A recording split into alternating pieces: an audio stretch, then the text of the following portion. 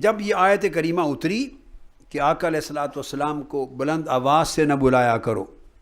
تو سیدنا ابو بکر صدیق رضی اللہ تعالیٰ عنہ اس آیت کے اترنے کے بعد لا ترفعوا اصواتکم فوق صوت النبی، آوازیں بلند نہ کیا کرو تا دم وصال۔ سیدنا صدیق اکبر جب آقا علیہ السلام کی مجلس میں بیٹھتے تو کسی نے آپ کی آواز نہیں سنی، پھر وفات کے دن تک جب بات کرتے تو اس طرح بات کرتے جیسے کوئی سرگوشیاں کرتا ہے،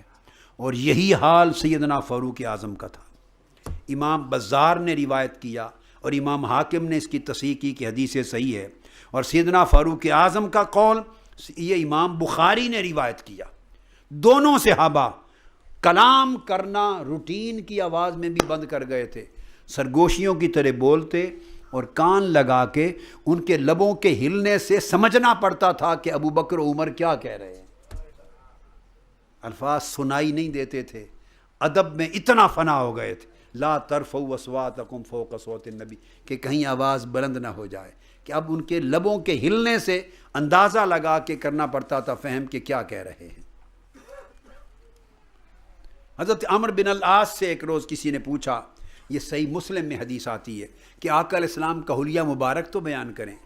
انہوں نے کہا خدا کی قسم حضور سے بڑھ کر کائنات میں کوئی مجھے محبوب نہ تھا، مگر جہاں محبت تھی وہاں ادب کا عالم یہ تھا کہ پوری زندگی آقا کی مجلس میں گزار دی مگر آنکھ بھر کے حضور کا چہرہ تکنے کی ہمت نہیں ہوئی،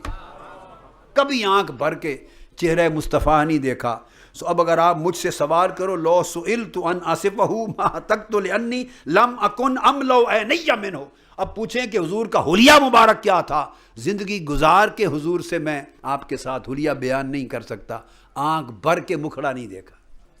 ادب تھا، ہر وقت نگاہ کو نیچے رکھتے تھے۔ حضرت اسامہ بن شریک روایت کرتے ہیں کہ میں آیا آقا علیہ السلام کی بارگاہ میں پہلے وقت میں، اور میں نے صحابہ کو دیکھا، اتیت النبی صلی اللہ علیہ وسلم واصحابہ حولہ کانما علی رؤوسہم الطیر۔ یہ اس کو امام ابو داؤد نے روایت کیا سنن میں کہ کل صحابہ کرام کی مجلس آقا کے سامنے سر جھکا کر اس طرح بے حرکت بیٹھے ہوتے تھے کہ لگتا تھا ہر ایک کے سر پہ کوئی پرندہ بیٹھا ہے، معمولی حرکت ہوگی تو پرندہ اڑ جائے گا۔ اس حال میں آقا کی مجلس میں سراپا ادب بن کے بیٹھتے تھے۔ اور صحیح بخاری میں ہے، دو مقام پہ روایت کیا، عروہ بن مسعود کا قول کہ جب وہ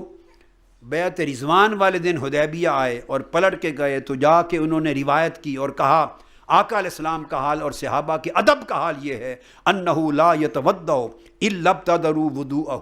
حضور جب وضو کرتے ہیں تو وضو مصطفیٰ کے ایک ایک قطرے کو جھپٹ کے صحابہ اپنے ہاتھوں پر لے لیتے، وقادوا یقتتلون علیہ، اور ایسے لگتا ہے جیسے کہ وضو کے پانی کے ایک ایک قطرے کے لینے میں شاید جھگڑا ہو جائے گا۔ ولا یبصق بصاقا ولا یتنخم نخامۃ الا تلقوها باکفہم فدلکوا بها وجوہہم واجسادہم۔ آقا علیہ السلام جب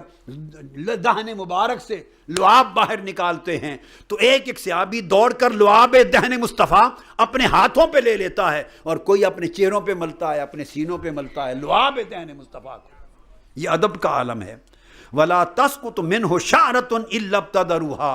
ایک بال بھی آقا علیہ السلام کا گرتا ہے حجامت کے وقت تو صحابہ دوڑ کے ایک ایک بال کو سنبھال لیتے ہیں۔ وَإِذَا أَمَرَهُمْ بِأَمْرٍ ابتدروا امرہ، حکم کرتے ہیں تو دوڑ کر ہر شخص اٹھتا ہے اس حکم کی تعمیل میں کر لوں۔ وَإِذَا تَكَلَّمَ خَفَضُوا أَصْوَاتَهُمْ عِندَهُ، جب کلام کرتے ہیں تو ساروں کی آوازیں دب جاتی ہیں۔ وَمَا يُهِدُّونَ إِلَيْهِ النَّظْرَ تعظیماً لہو، اور جب حضور کے سامنے بیٹھے ہوتے ہیں تو نہیں دیکھا کہ کوئی شخص ادباً نگاہ اٹھا کے حضور کے مکھڑے کو ہی تک لے، نگاہ جھکا کے بیٹھے ہیں۔